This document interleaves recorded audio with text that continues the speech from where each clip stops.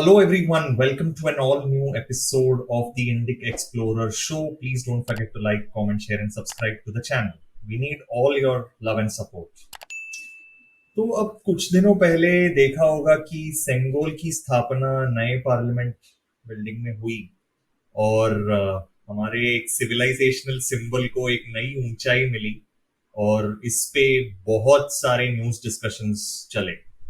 लेकिन parliament building में आने के बाद काफी लोगों को फिर पता चला कि ये पार्लियामेंट का लुक एंड फील तो अलग ही है। मतलब आर्किटेक्चर तो है ही, लेकिन कॉम्पोजिशन ऑल्सो बहुत ज्यादा बड़ा है। तो इसका क्या, ये क्यों है और इसका क्या इम्पैक्ट होने वाला है, ये ही हम डिस्कस करने के लिए आज ये शो कर रहे हैं। मेरे साथ आज जुड़े हैं Arihant ji. Welcome to the show. नमस्ते। नमस्ते विनीत जी, धन्यवाद बुलाने के लिए मुझे। एब्सोल्युटली।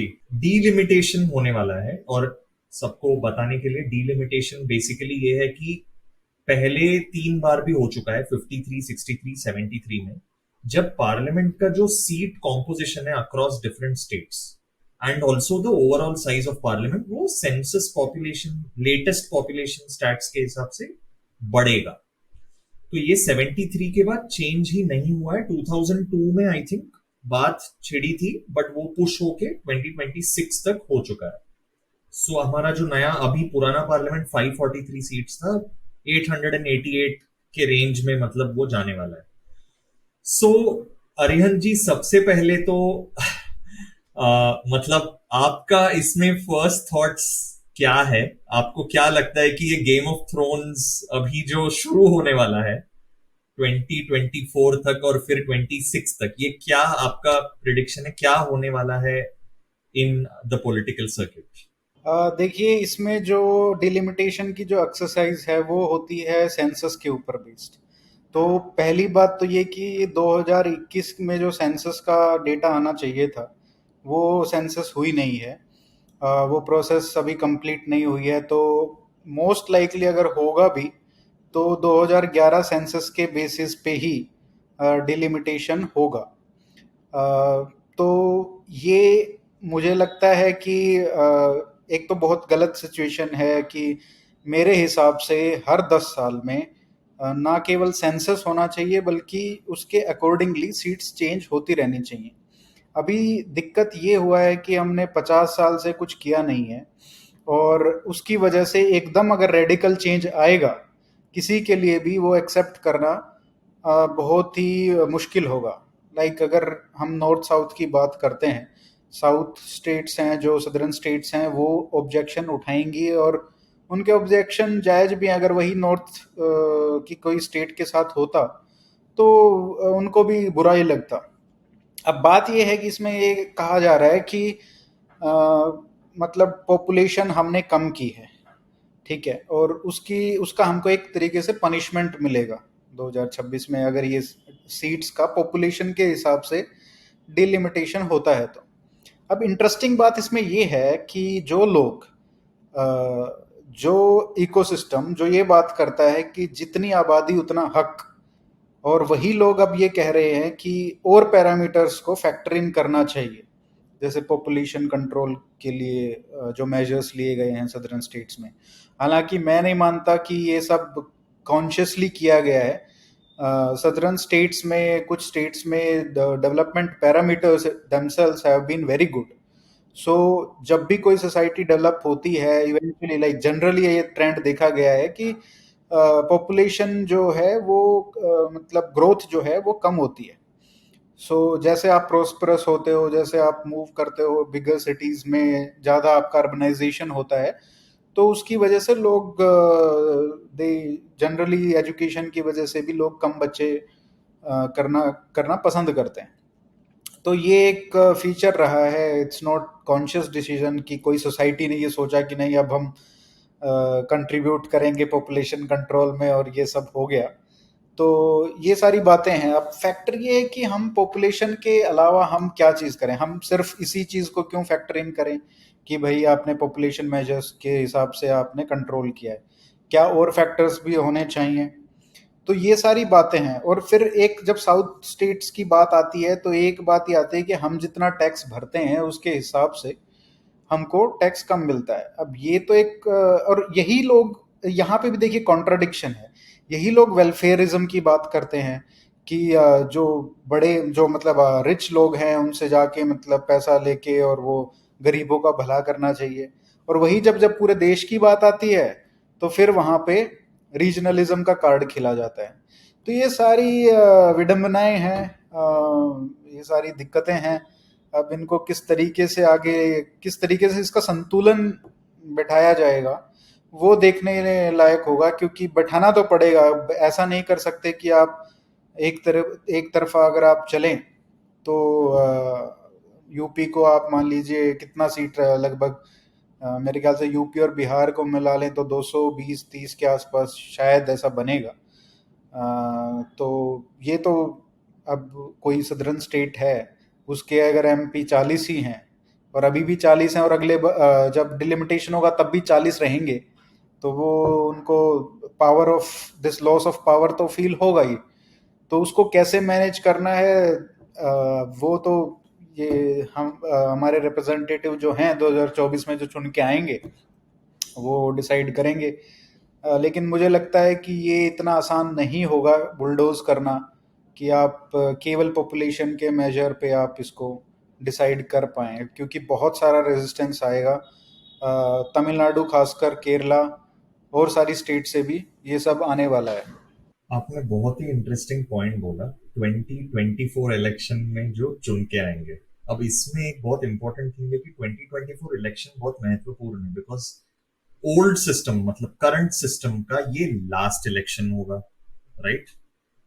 और अगर डीलिमिटेशन का सिर्फ प्योर नंबर के हिसाब से देखा जाए, बाकी सारे फैक्टर मान लो कि नहीं होता, सिर्फ पॉपुलेशन के ऊपर ही होता है, तो from an opposition point of view, if you were part of the opposition, this is in a sense almost your last chance in a generation to make an electoral impact, because once the new delimitation kicks in, अगर सिर्फ numbers के basis पे होता है, the mathematics is completely against you. आपको क्या लगता है इसमें? आप समझ रहे हैं मैं क्या पूछ रहा हूँ? नहीं, मैं समझ रहा हूँ, बट ये मुझे मतलब जो अपोजिशन है वो इस तरीके के माइंडसेट में अब चली गई है कि उन्होंने स्टेट पूरी की पूरी वो छोड़ दिया है, वो ग्राउंड ही छोड़ दिया है। अब उत्तर प्रदेश में देखिए, नेशनल पार्टी की जब बात करें तो आप कांग्रेस की हालत देखिए, बिहार में आप देखिए, वेस्ट बंगाल में आप देखिए, मतलब इतना पूरा का पूरा मैदान ही आप छोड़ के भाग गए हैं। और फिर आपका सिचुएशन है कहाँ पे मौजूद?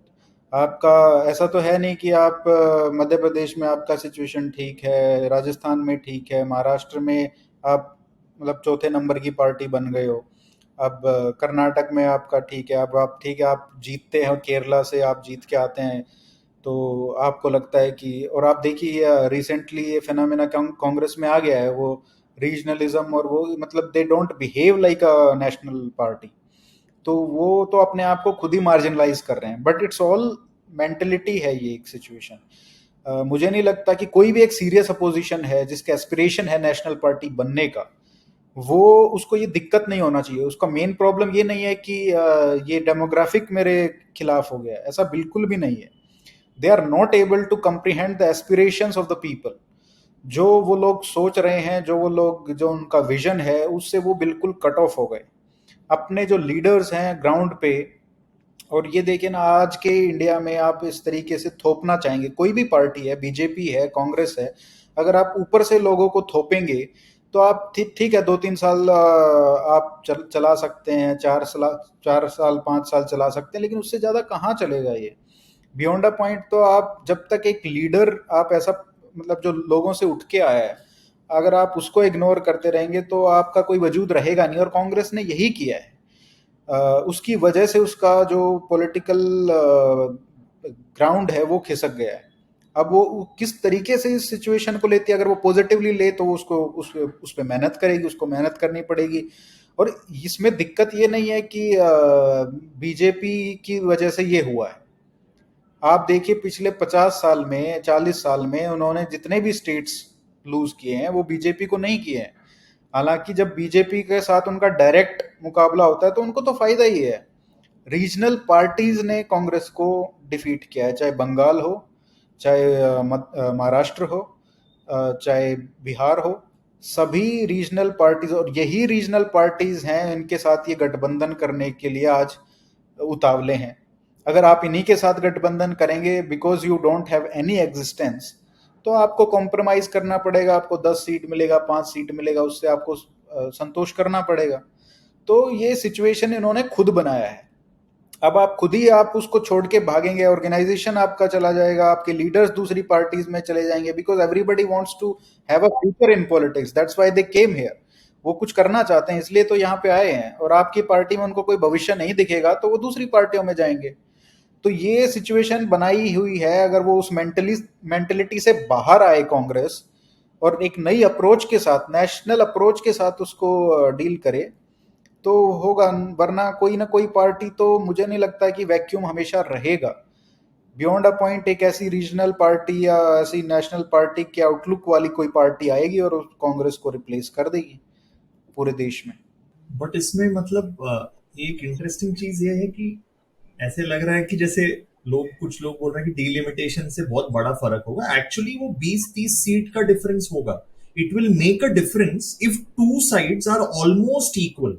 यहाँ पे डिफरेंस इतना बड़ा है कि डीलिमिटेशन से डिफीट का मार्जिन बढ़ने वाला है। मतलब फॉलो ऑन इनिंग्स डिफीट और जस्ट स्क्रेपिंग थ्रू का डिफरेंस है। इट्स नॉट कि ये ना होता तो मतलब सेंचुरी मार के जीत जाते मैच। मतलब that is also noticeable thing.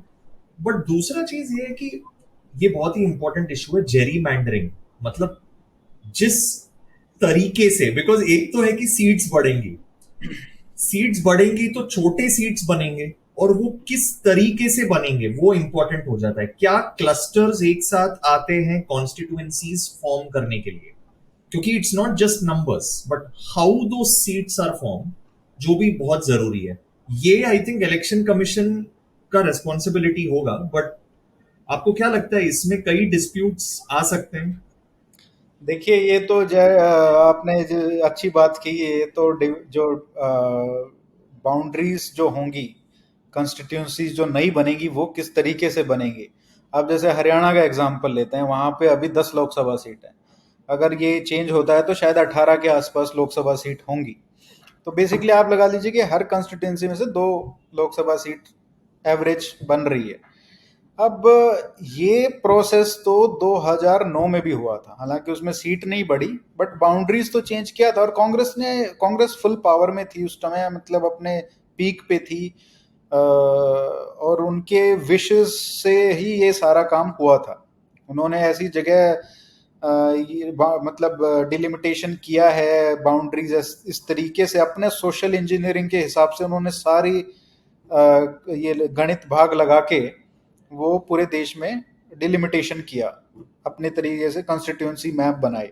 अब आप देखिए, दिल्ली में सबसे ज़्यादा इन्होंने ये खेल किया था। दिल्ली में क्या हुआ, उन्होंने सोचा कि हम इस तरीके से बनाएंगे कि बीजेपी ना आए। ठीक है, अब बीजेपी तो आई नहीं, वो तो बात सच है, लेकिन किसी और पार्टी ने आके उसी सोशल बेस को कैप्चर कर लिया। ठीक है, क्योंकि आप उन उन कंस्टिट्यूएंसीज को रिप्रेजेंट करना आपने बंद कर दिया। तो आप कितना भी ये सब कर लीजिए, वो बीजेपी के साथ भी है। अगर वो 2029 में मान लीजिए वो इस तरीके से डिलिमिटेशन करने में सक्सेसफुल हो भी जाती है, तो ऐसा नहीं है कि उनका मतलब 20 साल तक फिर हमको कोई हिला ही नहीं सकता है। वो यूएस वाला सिस्टम यहाँ पे इतना लागू नहीं होता है, क्योंकि आप देखिए यहाँ पे ना हर एक कंस्टिट्यूएंसी जीतना पड़ता है। आप, ऐसा नहीं है कि यूपी में आप हैं, आपके सबसे ज़्यादा वोट आ गए, इलेक्टोरल कॉलेज तो है नहीं यहाँ पे कि आपके सबसे ज़्यादा वोट आ गए तो आपकी 80 की 80 सीट आपकी। ऐसा नहीं है, आपको एक एक सीट जीतनी पड़ेगी, और उसके लिए आपको लोकलाइज्ड पॉलिटिक्स भी खेलना पड़ेगा। तो ये तो मैं इसमें ये नहीं मानता कि किसी के लिए डिसएडवांटेज है, या यार रूल सबके लिए सेम है। लोग वही लोग हैं, वही लोग 2024 में हैं, वही 2034 में भी होंगे, और वही यही लोग थे जिन्होंने 2004 में वोट भी डाला था। ठीक है, तो ये सब, इन सब बातों में मैं विश्वास नहीं करता हूँ। मतलब आप कर्नाटका का इलेक्शन देखिए ना, अभी 135 सीट भी तो कर्नाटका वालों ने दिया ही है। उसको ये लोग अभी 1 साल पहले तक हिंदुत्व लेबोरेटरी और पता नहीं क्या क्या बोलते थे, गुजरात में बोलते थे। कितने 25 साल से गुजरात में था, 2017 में क्या हुआ? गुजरात में कितना अच्छा परफॉर्मेंस था कांग्रेस का। तो ये बात है कि आप लड़ोगे ही नहीं तो आप कैसे जीतोगे, है ना? अगर अगर आप अमूल और वो सब चलाओगे तो अगली बार जब वोट मांगने जाओगे तो वहां पे जूते ही पड़ेंगे ना, और क्या होगा वहां पे? बट इसमें इस रीस्ट्रक्चरिंग में आपको लगता है कोई नई पार्टीज एमर्ज होंगी एज अ गेम चेंजर, या कोई पुरानी पार्टीज खत्म हो जाएंगी बिकॉज ऑफ दिस? ऐसा लगता है कुछ चेंज होगा, मतलब in terms of the power dynamics, regional parties, other parties, third parties? मेरे हिसाब से जो रीजनलिज्म का जो पॉलिटिक्स है उस पे तो थोड़ा इम्पैक्ट पड़ेगा, क्योंकि अगर आप नॉर्थन स्टेट्स की बात करें, मतलब उत्तर प्रदेश की बात कर लें, वहाँ पे रीजनलिज्म है ही नहीं। तो वहाँ पे नेशनल इश्यूज और हिंदुत्व वो सब ज़्यादा प्रोमिनेंट है। उसी तरीके बिहार में वो सब नहीं है, तो बिहार में रीजनलिज्म थोड़ा चलता है। मध्य प्रदेश में वो नहीं है, राजस्थान में उतना नहीं है। There is cultural pride but it's not aversive to outsiders. तो मुझे लगता है कि ये एक हेल्दी ट्रेंड की तरफ लेके जा सकता है, क्योंकि आपको नेशनलिस्ट आउटलुक आपकी पार्टी का बनाना पड़ेगा। ऐसे इश्यूज पे आपको स्टैंड लेना पड़ेगा कि आप डिवाइड एंड रूल वाली पॉलिसी उतना नहीं कर पाओगे। जिस तरीके से आप मतलब ये हिंदी नॉन हिंदी ये सब जो डिविजनरी इनके पॉलिटिक्स है ना, उसको खेलना थोड़ा मुश्किल हो जाएगा। मुझे ये लगता है थोड़ा पॉजिटिव डायरेक्शन में जा सकता है। देखिए, मतलब मैं ऐसे सोच रहा हूँ, अगर नंबर ऑफ स्टेट्स बढ़ जाते हैं, मतलब there are more stakeholders, right, more state governments, more provinces to handle, so more, basically more stakeholders जिनको कंसेंसस बिल्डिंग में हर बार लाना होगा। मतलब स्टेट चीफ मिनिस्टर्स मीटिंग अगर होता है आज, अगर आपके अभी ऑलमोस्ट वॉट एवर 28-29 है, अब वो और अगर मान लीजिए 10 से बढ़, वॉट एवर इट इज, अगर नंबर ऑफ स्टेट्स बढ़ जाते हैं बाई चांस, और इस पे मैं डिटेल में आऊंगा, मैं मेरा इसमें जो थियरी और हाइपोथेसिस है, बट मुझे ऐसा लग रहा है कि अगर ऐसा हुआ तो देयर कुड बी फ्रैगमेंटेशन का पॉसिबिलिटी भी हो सकता है। Do you see that happening? Fragmentation at what level, like in what direction? Local level, at local, so what I am saying is, जैसे मान लीजिए कुछ एरियाज हैं, जैसे फॉर एग्जांपल नॉर्दर्न इंडिया में, जैसे गैंजेटिक प्लेन, यूपी बिहार के जो पार्टीज हैं, हम्म। they could become much stronger. They could move from being a regional party to, I'm not saying national, but a trans-regional party. You know, like maybe if they expand a little, because उनका एक ज्यादा footprint हो जाएगा. Maybe if they expand in one or two more states a little bit, they can get. मुझे नहीं लगता कि ऐसा पॉसिबल है, क्योंकि अभी भी कोई दिक्कत नहीं है वो सब होने में। अरे मतलब यूपी का जो उनका इन्फ्लुएंस का एरिया है वो तो नहीं बढ़ रहा है ना। It's just more seats, but if you look at the proportion percentage आप देखोगे वो तो सेम ही रहेगा, उसमें तो कोई चेंज नहीं आ रहा है ना।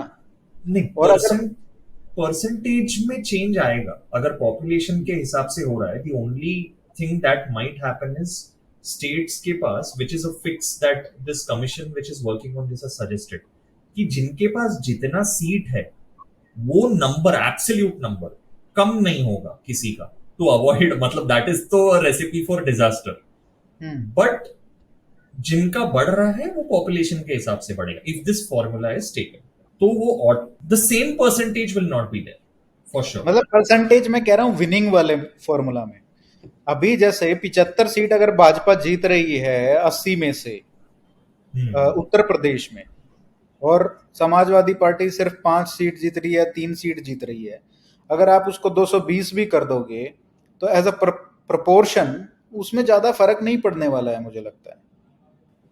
देखिए, फर्क नहीं पड़ेगा, हालांकि बट हालांकि ये हो सकता है कि जो नॉर्थ की रीजनल पार्टीज हैं वो साउथ की रीजनल पार्टी से ज्यादा स्ट्रांग होंगी इन हाँ, पार्लियामेंट। यस, वो कुछ हद तक अभी भी है, बट वो डिफरेंस और ज्यादा हो जाएगा, आई थिंक वो ज्यादा हो सकता है, हाँ। हो जाएगा। और may be not now but future में there chances of getting more seats, right now it seems less, but वो 3-4 सीट से भी वो 40 जा सकता, मतलब it can go even further. वो तो जा सकते हैं, बिल्कुल जा सकते हैं। हाँ, So दूसरा चीज, so there were a couple of solutions. So there was this commission called Milan Vaishnav and Jamie Hinston. उन्होंने, I think उन्होंने कुछ analysis paper किया था इस पे, India's emerging crisis of representation पे. तो उन्होंने कुछ सजेशंस दिए हैं. अब आपका इस पे क्या मतलब राय है, जरा बताइए. एक है कि so of course south Indian states का रिप्रेजेंटेशन कम होगा. सो जो टैक्स रेवेन्यू है as an insulation for them, they will get a percentage guaranteed of the tax revenue. Now, they have not mentioned specifically कि ये obviously this percentage will not necessarily be कि उनका contribution in GDP कितना है, but it will be a guaranteed agreed percentage. So भले आपका लोकसभा में proportion कम हो रहा है, बट आपको एक टैक्स का एक मिल रहा है. That is one. सेकंड, मैंने जो आपको बताया, सीट्स किसी की घटेंगी नहीं पॉपुलेशन के हिसाब से, but numbers will not go down in absolute, in you know in that sense. और तीसरा मतलब उनका मतलब ये था कि बिटवीन मतलब there should be the Rajya Sabha like the Senate which is there in the United States. There is equal representation. So union वो काउंसिल ऑफ स्टेट्स है एक तरह से राज्यसभा. तो लोकसभा में भले ही डिस्प्रपोर्शनेट हो, राज्यसभा में each state gets equal representation. ये तीन उन्होंने प्रपोजल्स दिए हैं टू सॉल्व द इम्पास. आपको क्या लगता है इन तीन चीजों? नहीं, वो ठीक है, लेकिन राज्यसभा का तो पहले भी कर सकते थे. दो दो स्टेट, दो दो एमपी जो बना सकते हो हर स्टेट में, without like UP Uttar Pradesh में जहाँ पे मान लो 150 एमपी हैं लोकसभा में, उसको आप दो राज्यसभा एमपी दे सकते हो, और 40 एमपी लोकसभा एमपी वाले तमिलनाडु को भी आप दो दे सकते हो. तो उस तरीके से आप बराबर कर सकते हो. तो राज्यसभा के रिफॉर्म्स में वो तो बिना इसके फैक्टर इन किए वो किया जा सकता है. ये तो ठीक बात है, इसमें कोई दिक्कत नहीं है. बात ये टैक्स वाली है. टैक्स वाला भी बिना उसके भी किया जा सकता है कि there should be some control, like जो स्टेट कंट्रीब्यूट कर रहा है उसको थोड़ा ज़्यादा मिलना चाहिए. और हिस्टोरिकली आप देखें, ये जो बात करते हैं कि साउथ में ये हुआ है वो हुआ है, इतना हम डेवलपमेंट करते हैं, इतना कंट्रीब्यूट करते हैं, अगर आप हिस्टोरिकली देखो, they have benefited hugely from the central government initiatives that actually pushed manufacturing into the southern states. Freight So equalization policy. verticalization policy, exactly. So ये उनकी वजह से ये हुआ है. जो ग्रोथ और इसकी बात करते हैं, पर जो वाला पॉइंट है टैक्स वाला, वो मैं तो कहता हूँ बिना ये इस डिबेट के भी वो पॉसिबल है. अब बात ये है कि मेन बात ये है कि जब नॉर्थ और साउथ की बात होती है ना, तो क्यूरियसली साउथ में केरला, तमिलनाडु, कर्नाटका और आंध्रा, और अब तेलंगाना को भी मिला लीजिए, इनके अलावा साउथ को काउंट ही नहीं करते और ये लोग, है ना. महाराष्ट्र, जिसमें मेरे ख्याल से 80 से 90 लोकसभा सीट हो जाएंगी अगर डिलिमिटेशन हुआ तो. उड़ीसा, आधा छत्तीसगढ़. और ये कौन से, ये क्यों नहीं आते भाई? नॉर्थ ऑफ विंध्यास और साउथ ऑफ विंध्यास तो ये क्लियर डिलिमिटेशन आपका है ना, तो आप उसको क्यों नहीं काउंट करते साउथ स्टेट्स में? जब आपको अपना विक्टिम कार्ड खेलना होता है तो आप ये सब करते हो. बंगाल कौन सा नॉर्थ इंडिया है? नॉर्थ ईस्ट में कौन सा नॉर्थ इंडिया है? नॉर्थ का क्या है? यूपी, बिहार, थोड़ा मध्य प्रदेश आप ले लीजिए, गुजरात भी नॉर्थ में नहीं काउंट हो सकता है. ठीक है, पंजाब का कल्चर बिल्कुल अलग है from compare to other states. Jammu Kashmir की तो बात ही छोड़ दो, पहाड़ी स्टेट्स वो अलग ही, उनको भी एडवांटेजेस मिलते हैं. तो बात कहाँ पे अटकी हुई है? यूपी बिहार, बस दो ही जगह पे तो दिक्कत आ रही है ना. तो ये मेन दिक्कत ये है कि ये लोग एक तो पहले क्लियर का बताओ कि नॉर्थ कौन सी स्टेट्स हैं और साउथ कौन सी स्टेट्स हैं. ठीक है, और जो रियल सॉल्यूशन है ना इस चीज का, वो यही है कि इवेंचुअली हमको एक लिमिट सेट करना पड़ेगा. अगर हम डिलिमिटेशन करते हैं पॉपुलेशन के हिसाब से, तो आपको स्टेट्स का रीऑर्गेनाइजेशन करना चाहिए अकॉर्डिंग टू एक लिमिट सेट कर लो कि 50 लोकसभा एमपी से ज़्यादा हम किसी को नहीं देंगे, किसी भी स्टेट को. अगर उससे ज़्यादा है तो आपको स्टेट डिवाइड करना पड़ेगा. There has to be a national movement where we where we set up a commission, national commission for reorganization of the states across the country, जिसमें तमिलनाडु भी आएगा, जिसमें महाराष्ट्र भी आएगा, जिसमें उत्तर प्रदेश भी आएगा, मध्य प्रदेश भी आएगा, राजस्थान भी आएगा, गुजरात भी आएगा, बंगाल भी आएगा। तो आप इस तरीके से करो कि सभी के पास, सभी स्टेट्स के पास 30 से 40 लोकसभा एमपी के का लिमिट हो, एडमिनिस्ट्रेशन भी अच्छा होगा, नई सिटीज बनेंगी, लोग अपनी कैपिटल्स बनाएंगे, it will give a new impetus to the growth also. और ये जो बातें होती हैं कि हम टैक्स ज़्यादा देते हैं, वो सब है, उसको भी मेरे को लगता है कि कुछ ना कुछ उसको हेल्प मिलेगी, क्योंकि नई चीज़ें, नई ग्रोथ सेंटर्स बनने की ज़्यादा संभावना है। अभी तो हम कुछ कर ही नहीं रहे हैं।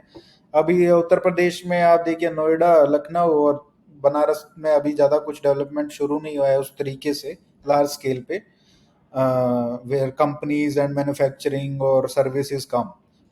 तो ये अब पूरे उत्तर प्रदेश में देखिए कितने, अगर आप मान लीजिए 150 लोकसभा आपके साथ सीट है, 180 है, और उसमें आपके 2-3 इकोनॉमिक सेंटर्स हैं, तो कैसे वो हो पाएगा ना। तो आपको ये करना पड़ेगा। स्टेट का reorganisation is critical and important if you want to successfully implement this delimitation based on the population. और फिर उसके हिसाब से अगर आप सबके पास 30 से 40 या 50 एमपी सबके पास हैं, तो आप वो राज्यसभा वाला प्रपोजल भी कर सकते हो कि भाई सभी के पास 2 एमपी या 3 एमपी, 4 एमपी, जो भी है लिमिट, राज्यसभा में इतने ही लोग जाएंगे, और उसको आप इलेक्टेड भी कर सकते हो। So they will be able to better represent the interest of the people. Rajya Sabha अभी क्या है, अभी तो सिर्फ पार्किंग स्पॉट है ना, जो अनइलेक्टेबल है। और अनइलेक्टेबल या लूजर्स का अच्छा जगह है, और अनइलेक्टेड, स्टेट्स में डोमिसाइल भी नहीं है, डोमिसाइल वाले भी नहीं है। इसमें इंटरेस्ट क्या है पार्टीज का? इसमें इंटरेस्ट है कि जो लोग अनइलेक्टेड हैं और अनइलेक्टेबल हैं, but they are good administrator और worthy of being given, either being made prime minister or chief minister in some states, like Bihar's chief minister has not fought a election, I think, in decades. So एक वो भी वहां पे भी MLC है ना, like rather than MLA there is MLC. तो वहां पे भी असेंबली अलग है, जहां पे आप अनइलेक्टेड लोगों को भी डाल सकते हो, ठीक है। तो ये एक बहुत इस प्रॉब्लम को टैकल करने के लिए आप एक और रिफॉर्म लेके आ सकते हो कि भाई आपको you don't need to be a part of either house to become a minister। US में प्रेसिडेंट, जो प्रेसिडेंट है वो इज नॉट पार्ट ऑफ, और ही और she is not part of either senate और house. So that way you can have also a clear demarcation between executive and legislative also। हालांकि वो हम एक अपना नया जुगाड़ कर सकते हैं कि जो लोग मंत्री बनेंगे, they have given special privileges to attend the parliament session and to address any concerns of the members। तो ये सब तो हमको नई दिशा में सोचना पड़ेगा, नए रिफॉर्म्स लाने पड़ेंगे। अभी वही ढर्रे पे चल रहे हैं जो 1947 में बना था, किसी को कोई फर्क ही नहीं पड़ता है, बस चल रहा है, भगवान भरोसे चल रहे हैं बस। कुछ लोग ये भी बोल रहे हैं कि एक तो है कि TFR, fertility rates, literacy, other HDI indicators जो हैं, और even contribution to GDP, economic indicators from 73 till now, उसका भी एक, नॉट जस्ट पॉपुलेशन, उसका भी एक फॉर्मूला होना चाहिए, so that it takes population and progress as the final output, both. इस पे आपको क्या लगता है? हाँ तो ठीक है, इसको करो तो फिर सभी पे अप्लाई होना चाहिए। करेक्ट। आप फिर ये भी देखो कि कम्युनिटीज के हिसाब से भी देखो, स्टेट्स के हिसाब से क्यों देखना है आपको। देखो कि हिंदू, मुस्लिम, क्रिश्चियन, पारसी, इन सभी का ग्रुप्स का देखो, एचडीआई इंडेक्स निकालो, वो कितना कंट्रीब्यूट करते हैं टैक्सेस में, वो निकालो, कितना एजुकेशन लेवल है वो निकालो, कितना वो पॉपुलेशन फर्टिलिटी रेट है वो निकालो सबका। और उसके हिसाब से अगर हिंदू का ज्यादा है तो फिर आप दोगे, आप 2 वोट दोगे एक हिंदू को, 1.5 वोट दोगे? नहीं दोगे ना। तो स्टेट्स का क्या स्पेशल है इसमें, स्टेट्स को क्यों मिलना चाहिए? तो आप एक फंडामेंटली बात कर रहे हो कि हम कैसे, अभी तो हमारा जो 1 पर्सन 1 वोट है वो है ही नहीं, literally we are not following that model कि 1 पर्सन 1 वोट। अगर वो होता तो आज, मतलब आप जो हम बात कर रहे हैं वो एमपीज का प्रोपोर्शन वो बहुत हाई होना चाहिए था। मैं तो कहता हूं आप नॉर्थ साउथ का कंपैरिजन छोड़ दो, पंजाब हरियाणा देख लो, वहां पे 13 लोकसभा सीटें, हरियाणा में 10 हैं, पॉपुलेशन सेम है, ठीक है। तो ये सारा फंडामेंटली क्या है, उनका उनके वोट का वैल्यू जो है वो ज्यादा है, हमारा कम है। तो ये सारी जो डिस्पैरिटीज जो हमने लाई हैं, या तो आप उसका कोई एक प्रॉपर सॉल्यूशन निकालो, और वो सॉल्यूशन फिर सब पे अप्लाई होना चाहिए। ऐसा नहीं है कि इस स्टेट पे हो रहा है, इस स्टेट पे हो रहा है।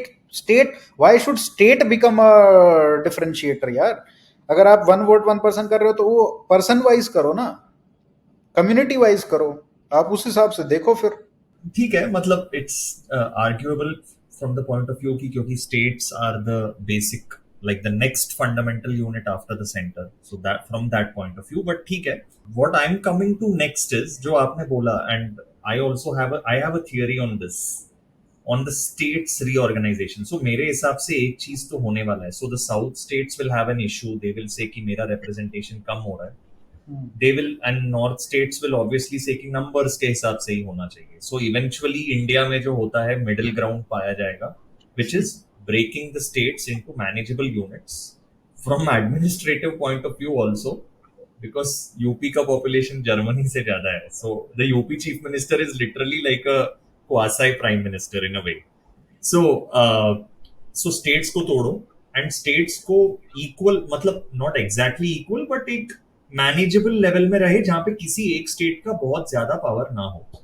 Now the question is, this is the ultimate question, what will be the criteria of making these states? Now I'll tell you, because iska ye hai, initial years after independence, we had states like, Madras presidency, Bombay presidency, these were एक तो historical कुछ inheritance थी, कुछ थे कि कुछ लोग बोलते थे कि जोग्राफिकल फीचर्स के हिसाब से होना चाहिए। काफी डिबेट्स में ये भी बात हुआ है कि make it based on infrastructure, hill में है तो एक स्टेट बनने दो, don't look at which people are there and all, because there was a worry की पैरोकियलिज्म या शोविनिज्म हो जाएगा। Having said that, linguistic reorganisation के बाद उतना प्रॉब्लम एज सच नहीं रहा है, the states keep fighting on language, but nationally कोई ऐसा इशू नहीं रहा है। Now the first step of this new kind of state happening is Telangana, where the two states had the same language। The old theory was कि language एक state चलेगा, लेकिन नहीं, उसके बावजूद ब्रेकअप हुआ। So now coming to, especially because North Indian states, UP, Bihar, MP, probably Rajasthan, these states and Bengal maybe, I think are ripe for a breakup because they will see the maximum increase। तो आपको क्या लगता है? मेरा इसमें एक theory ये है, स्टेट्स जो न्यू स्टेट्स बनेंगे, दे will be formed on regional identities of northern India. By that I mean Awadhi, there are two theories, Avdi, Braj, these are all dialects, some people say, and the people who are strong about these identities, they say nahi nahi, we are a separate language, some of them say we are older than Hindi also, how can you say कि हम dialect है? I would say they are a lingua continuum, एक continuity है, but I have met people who say Bhojpuri dialect नहीं है, उसको भाषा बोलो। So there is I see a possibility of the regionalization and vernacularization of northern India। What do you, मतलब how do you see these states forming? What do you think about this hypothesis? नहीं, northern India के लिए बोलना भी ठीक नहीं है उस हिसाब से। अ, अगर आप साउथ की बात करें, कर्नाटका की बात करें, तो वहाँ पे तुलु भी है। वहाँ पे कर्नाटका में आप देखिए तो डिवीजन ही स्टेट का उस तरीके से पॉलिटिकल लैंग्वेज में भी और एडमिनिस्ट्रेटिव डिवीजन में भी, अभी नाम चेंज कर दिया है, लेकिन आप देखिए क्या बोला जाता है, मुंबई कर्नाटका, हैदराबाद कर्नाटका, है ना, तुलुनाडु, और Kurgi। Mysore, old Mysore region. तो ऐसा तो हर जगह ही है। लाइक महाराष्ट्र में अगर आप जाएं, वहाँ पे भी पोटेंशियल है 4-5 स्टेट्स का। It's not based on strictly based on language, but cultural regions are different. Nagpur वाला जो रीजन है, that has more similarity with से छत्तीसगढ़। तो ये सारे जो मतलब डिविजन्स हैं स्टेट्स में, वो थ्योरी ठीक है कि वर्नैकुलराइजेशन हो सकता है।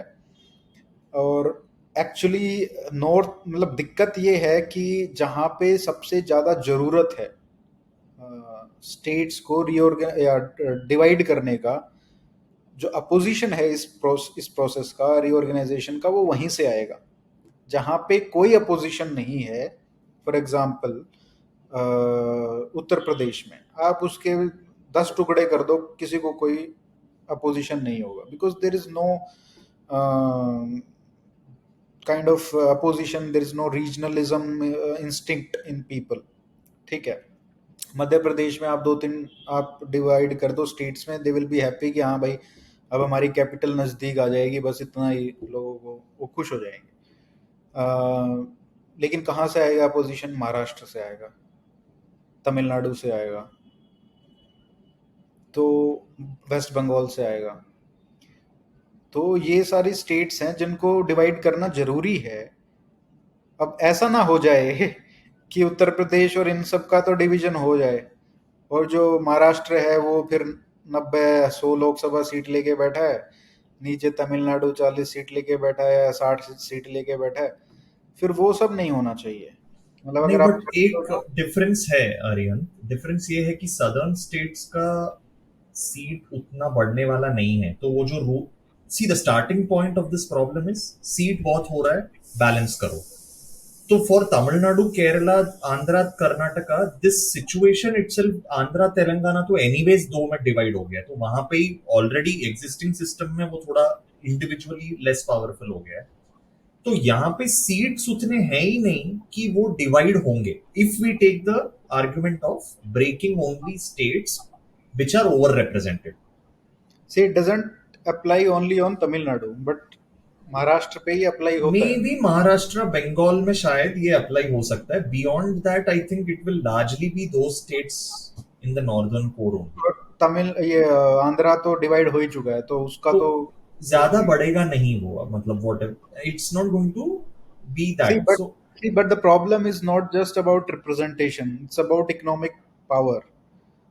Now Tamil Nadu, the kind of economic power it will be, and if you divide UP, which itself is like what, 7,000 8,000 crores, less than 8,000 crores of GST per month, whereas Karnataka is what, 12,000 13,000 crores.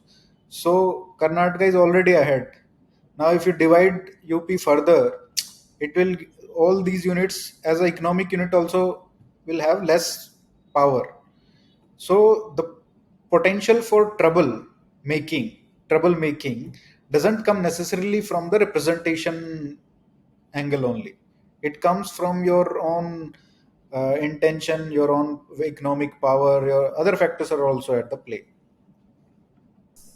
But from a socio cultural perspective, states अगर divide होती हैं, and I again want to bring this part because it is guaranteed if this happens that UP and Bihar will be cut. Matlab, if this thing goes through, those will be the first states that will be divided, bifurcated. What, it will not be bifurcated, it will We be more must than do that. that. We must do Huh. that. Which is good also economically for them. It's good, right? Yeah. But how will those states be formed according to you? And ये मान लीजिए कि Bhojpuri speaking state, Maithil speaking state, Braj, Awadhi, Bundeli, Bagheli, मतलब ऐसे states अगर form होते हैं, तो मैं आपसे दो चीज जानना चाहता हूँ।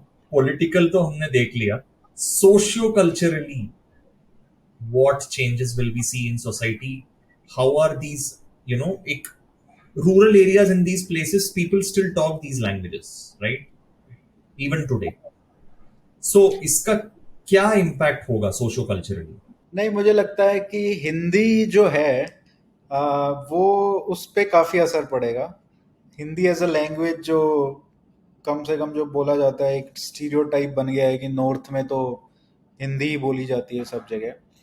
तो जो रीजनल लैंग्वेजेस हैं उनका पुनर्जागरण होगा, एंड जो प्राकृताइजेशन जो आप बोल सकते हो एज अपोज टू संस्कृताइजेशन, तो वो प्राकृताइजेशन होगा लैंग्वेजेस का कम से कम।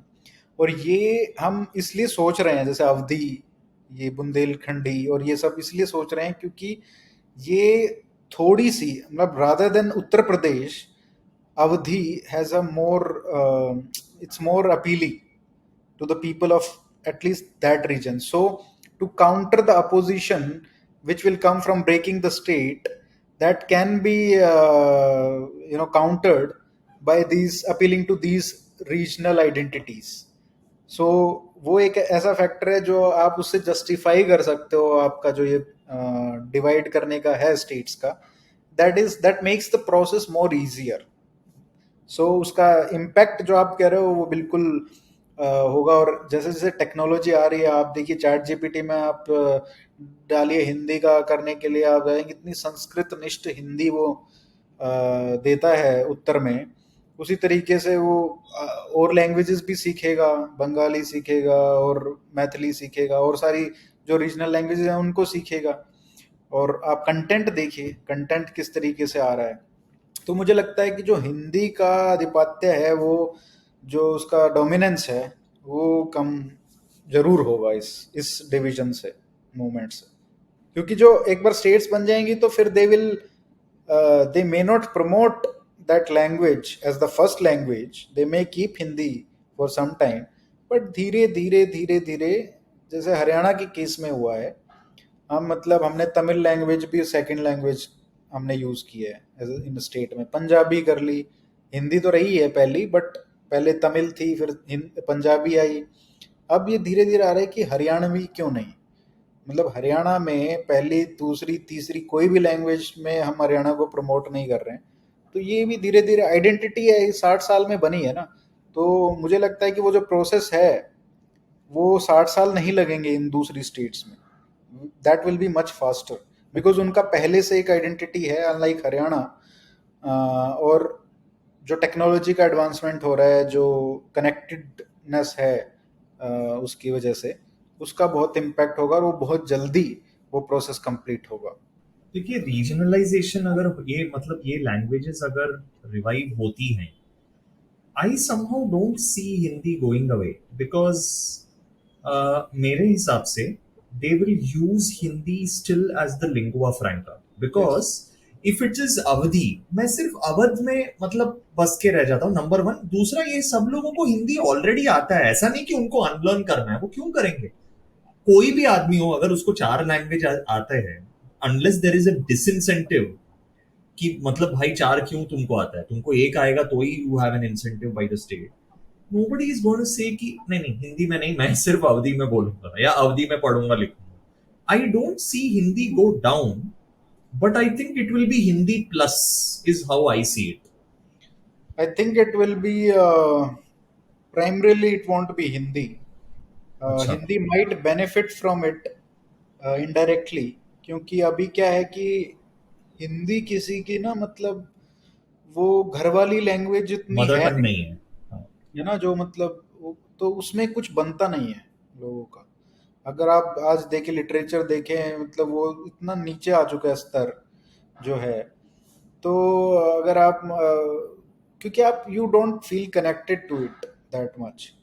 जो जो अवधि है और भाषाएं हैं, उनमें जब लोग कंपोज करेंगे तो वो उसका इफेक्ट हो सकता है हिंदी पे भी आएगा, नेचुरल है. और it will be a link language of north India. अब ये कितना उसमें, अब कोई भी लैंग्वेज ऐसा नहीं है कि हिंदी का प्राइमेसी रहेगा. अब मान लीजिए कोई बहुत ही ब्रिलियंट कुछ कल्चरल रेवोल्यूशन होता है, मान लीजिए किसी से ईस्ट यूपी और वेस्ट बिहार इसमें, मगधी. हाँ कुछ ऐसा, कुछ जबरदस्त कुछ कल्चरल दिस थिंग होता है, तो वो हो सकता है कि वही पूरे नॉर्थ की लैंग्वेज बन जाए. सो इट्स नॉट लिमिटेड कि इट्स मतलब कहीं लिखा नहीं है कि हिंदी को ही वो प्राइमेसी पे रहना है. 500 साल पहले तो नहीं था ना. तो हो सकता है कि 500 साल बाद ना हो, तो कुछ भी हो सकता है. एक अच्छा हेल्दी कंपटीशन शायद आए, और जो लोग उसमें अच्छा करेंगे, they will be able to influence more people to adopt it. हाँ ओके. मुझे लगता है कि देखिए if one language just automatically revives right, literature में या कल्चर में, ये हो सकता है. लेकिन अगर सेपरेट स्टेट बनते हैं ना, when a language gets a footing with statehood, तो it is not going to happen कि you know what I mean, Maharashtra will adopt Gujarat ka language. I mean, it will become that kind of distance, I feel, between Avdi Braj or between Avdi Bhojpuri and you know these languages, because वो बोलेगा अरे वो दूसरा state है. अगर वो एक ही state है, then that consolidation is probably better, because state है ना अलग. Why will they adopt other state का? It's culture. Hindi in that sense is not your घर का culture, right, in a way. नहीं, मैं बात समझ रहा हूँ और वो आपकी बात ठीक है काफी हद तक, लेकिन जब हम अंग्रेजी को कर सकते हैं तो यार कुछ भी हो सकता है। That is true. But from a incentive पे civilization, डिपेंड करता है ना, इंसेंटिव क्या है। तो इसलिए मैंने बोला कि वो अगर cultural revolution in the sense कि हर फील्ड में वो रिफ्लेक्ट हो, इट बिकम एन एस्पिरेशन, ठीक है, तो वो हो सकता है। जैसे इंग्लिश बना है, वैसे ही मान लीजिए वहीं से सब कुछ आ रहा है, वहीं से इंजीनियर निकल रहे हैं, वहीं से डॉक्टर निकल रहे हैं, वहीं से ब्रिलियंट सिनेमा निकल रहा है। So people do get attracted to that, और एटलीस्ट रीजनल तो इम्पैक्ट होगा ही। It can become a pan north India movement also. So ये तो लिंग्विस्टिक्स का तो एक अलग ही डिस्कशन है, जिसमें मतलब काफी एक अलग से ही उस पर डिस्कशन हो सकता है। so Arihant is basically saying there is going to be a second renaissance of Magad across northern India. नहीं नहीं, मतलब हो सकता है कि क्या पता हरियाणा का हो जाए तो। Acha, oh, now we are getting competitive already. See, the way it has become like Punjabification, everybody is complaining of Punjabification of everything.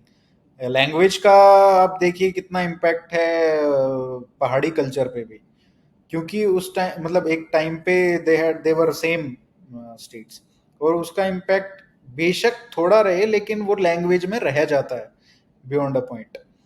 तो संस्कृताइजेशन भी जैसे हुआ है रीजनल लैंग्वेजेस का, तो उनमें भी शुद्ध वर्ड आ गए हैं। हरियाणा में भी ऐसे बहुत सारे हरियाणवी में भी हैं, उर्दू के भी मिश्रण है। अब वो उर्दू का जैसे खत्म हो रहा है धीरे धीरे, तो वो इंग्लिश का हो रहा है। तो मैं ये कह रहा हूँ कि अगर कोई और ऐसी राइज करता है तो हो सकता है उसका हो जाए।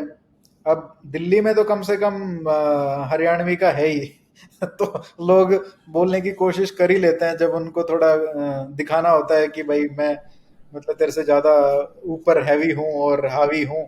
तो उस तरीके से दिखाने के लिए रोड रेज के टाइम पे तो लोग प्रिटेंड करते ही हैं कि उनको हरियाणवी आती है। चलो आपने राजधानी को कैप्चर कर लिया मतलब.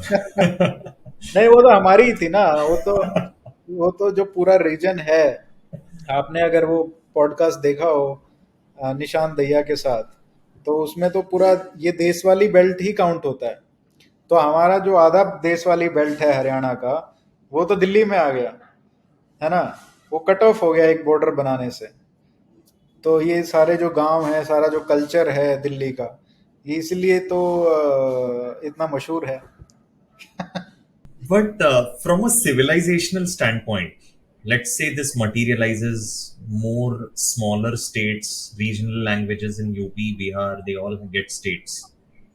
Do you think it will मतलब plus या minus होगा for Indic civilizational renaissance? What do you see? How do you think it will affect that? नहीं, मुझे तो पॉजिटिव लगता है, क्योंकि काफ़ी ऐसी क्रिएटिविटी है which is the victim of which is suffocating under the centralisation that that is quite manufactured. मुझे लगता है कि अगर वो एक बार मतलब फ्रीडम आएगा, लोग उन्मुक्त होंगे, अपने कल्चर में ज़्यादा रूटेड होंगे, तो क्योंकि वो तो वहीं पे रचा बसा वहीं पे है ना। अब जिस तरीके से लोग दूसरे उसमें आ रहे हैं, दूसरी स्टेट्स में जाते हैं, तो वो कहीं ना कहीं वो अपना छोड़ देते हैं और उससे कट ऑफ होते हैं। तो एक आदमी मतलब वो है ना, वो एक कट जाता है, तो फिर उसके बाद वो उसको नहीं कह सकते कि वो आदमी पूरा है, उसमें कुछ ना कुछ कमी है। और जब वो कमी होती है तो फिर वो कमी तो कमी ही है ना, उसमें वो कभी कंप्लीट नहीं हो सकता है। जब वो कंप्लीट होगा तब कुछ नया निकल के आएगा। But I also feel कि it need not necessarily be Prakritization. These languages could Sanskritize also. You know, possible वो भी possibility है. Both have happened simultaneously, and both Sanskrit as well as Prakrit or so-called language, regional languages have benefited immensely from each other. Correct. तो going forward ऐसा हो सकता है कि हिंदी और संस्कृत निष्ठ होती जाए, या जो रीजनल लैंग्वेजेस हैं, जो लोग कहते हैं कि यार उर्दू का बहुत इम्पैक्ट है, तो उर्दू की जगह हो सकता है कि अवधी से कोई शब्द ले लिया, या राजस्थानी से कोई ले लिया, हरियाणवी से कोई ले लिया। तो ये एक्सचेंज तभी होगा ना जब आप मतलब उनको रिवाइव करने दोगे। उन लैंग्वेजेस जब वो आप उसमें लिटरेचर लिखा जाएगा, उसमें जब पोइट्री लिखी जाएगी, जब उसमें एडमिनिस्ट्रेटिव वर्क होगा, तो तभी आपका कुछ इनोवेशन होगा ना। जब आप उसमें सचे सोचेंगे, उसमें रचेंगे बसेंगे, तभी तो कुछ कर पाएंगे उसमें। अभी तो आप कट ऑफ हैं, अलग से पड़ी हुई है। जो लोग खुद जिनको मतलब खाने के लाले पड़े हैं वही बोल रहे हैं उनको, और तो कोई बोल नहीं रहा है। जब ये चेंज होगा तो मुझे लगता है कि पॉजिटिव चेंज होगा। ये जो हेल्दी कंपटीशन है, इससे हमको फायदा ही होगा। हमको इस पे मतलब वो सस्पिशन में नहीं पड़ना चाहिए मेरे हिसाब से। अगर ये स्टेट्स ऐसे फॉर्म होते हैं तो आपको, ओके, सो एक इशू जो सदर्न स्टेट्स को रहा है कि Hindi speaking states have an advantage, hmm. But if the Hindi speaking states become regional, right, local languages, then it creates a distance of sorts, however less or more that distance is between them and Hindi. Now, can the North states say कि देखो हम भी regional languages ही हैं, हम भी हिंदी पढ़ रहे हैं? Now, do you think seeing this southern India will be more amenable to Hindi because of this distance creation? हो सकता है ये इम्पैक्ट हो, बट ये तो वही बात होगी ना कि चलो अब तुम्हारा भी कुछ नहीं है, हमारा भी कुछ नहीं है, बीच का ये ले लेते हैं। तो ये वही बात हो गई। लेकिन जो भी है उस वो whatever it is, we should keep it aside and think कि ये तो होने वाला है टेक्नोलॉजी की वजह से। और मैं तो कहता हूँ कि अगर स्टेट्स नहीं भी बने ये अलग अलग, तो भी उस डायरेक्शन में हम जा रहे हैं, जहाँ पे आप एक रिवाइवल देख रहे हो रीजनल लैंग्वेजेस का, सब रीजनल लैंग्वेजेस का। वो होगा बिकॉज पहले क्या होता था, there was no audience to cater to, ठीक है ना, कोई मीडियम था उसके लिए। Now you have this audience also, you have the medium also. So वो सब चीज़ें तो होंगी ही। अब वो साउथ स्टेट्स वो किस तरीके से उसको लेते हैं, अब ये तो कह नहीं सकते। और आखिरी चीज, because in this whole discussion we miss out states like which don't fall on either the Hindi speaking side or the proper 4 5 South Indian states, which is your Maharashtra, the middle India, West Bengal, Odisha, Gujarat. In states का क्या मतलब, ये दोनों के बीच में मतलब where do their aspirations go in this? नहीं नहीं, एस्पिरेशन तो देखिए। क्या वो भी लड़ेंगे या चुप रहे, मतलब what do you see? नहीं नहीं, लड़ना क्यों है? लड़ने का तो कोई मतलब ही नहीं बनता है। भाई लड़ना, आई मीन जिसे हम डिबेट, जो Of मतलब course, they basically will be part. Fighting for your They will rights. be part of it, of course. अब गुजरातियों में अब वो तो कभी से ही ऐसे है ना, ना तो नॉर्थ में काउंट होते हैं ना साउथ में होते हैं। तो वो तो पूरे दुनिया पे ही छाए हुए हैं, सब जगह बिजनेस, कहाँ अफ्रीका, कहाँ यूएस, कहाँ कुछ। कोई ऐसी जगह है ही नहीं जहाँ पे आपको गुजराती नहीं मिलेंगे डोमिनेट करते हुए। बंगाली जो हैं वो तो वो भी ऐसा ही है। सो ऐसा नहीं है कि दे will be ignored, but every state has a different trajectory. अभी डिफरेंट स्टेजेस हैं यहाँ पे, मतलब एक देश नहीं है यहाँ पे, 50 भी नहीं, मैं कहूँगा 1000 देश हैं। हर रीजन अलग अलग स्टेजेस ऑफ डेवलपमेंट में है। आप दिल्ली से 50-100 किलोमीटर दूर चले जाइए, वहाँ पे आपको लगेगा कि ये तो अभी 20 साल पीछे है। कहीं और जाएंगे आपको लगेगा नहीं, ये 10 साल पीछे है। तो वो तो प्रोसेस चलता ही रहेगा। जैसे जैसे ये कन्वर्जेंस होगा, तो उससे तो पूरे देश को ही फायदा होने वाला है। जो पीछे हैं अभी, उनका रैपिड पेस होगा, डेवलपमेंट का पेस भी ज़्यादा होगा, ज़्यादा जल्दी आगे बढ़ेंगे वो। तो साउथ वालों को थोड़ा पेशेंस रखना चाहिए मेरे हिसाब से। और एक मिडिल ग्राउंड की बात सही है, कुछ ना कुछ तो करना ही पड़ेगा। वही हमारा दस्तूर है, वही हमारी डेस्टिनी है, वही मेरे ख्याल से होने वाला है। So बड़े अच्छी बात कही. I think on that very positive note we come to the end of the show. Aryan ji thank you हमारे साथ जुड़ने के लिए, इस शो में आने के लिए, आपका इस बहुत ही महत्वपूर्ण फ्यूचरिस्टिक इश्यू पे अपना दृष्टिकोण रखने के लिए. Thank you so much. Thank you so much for inviting me, bhai. Okay. See you guys.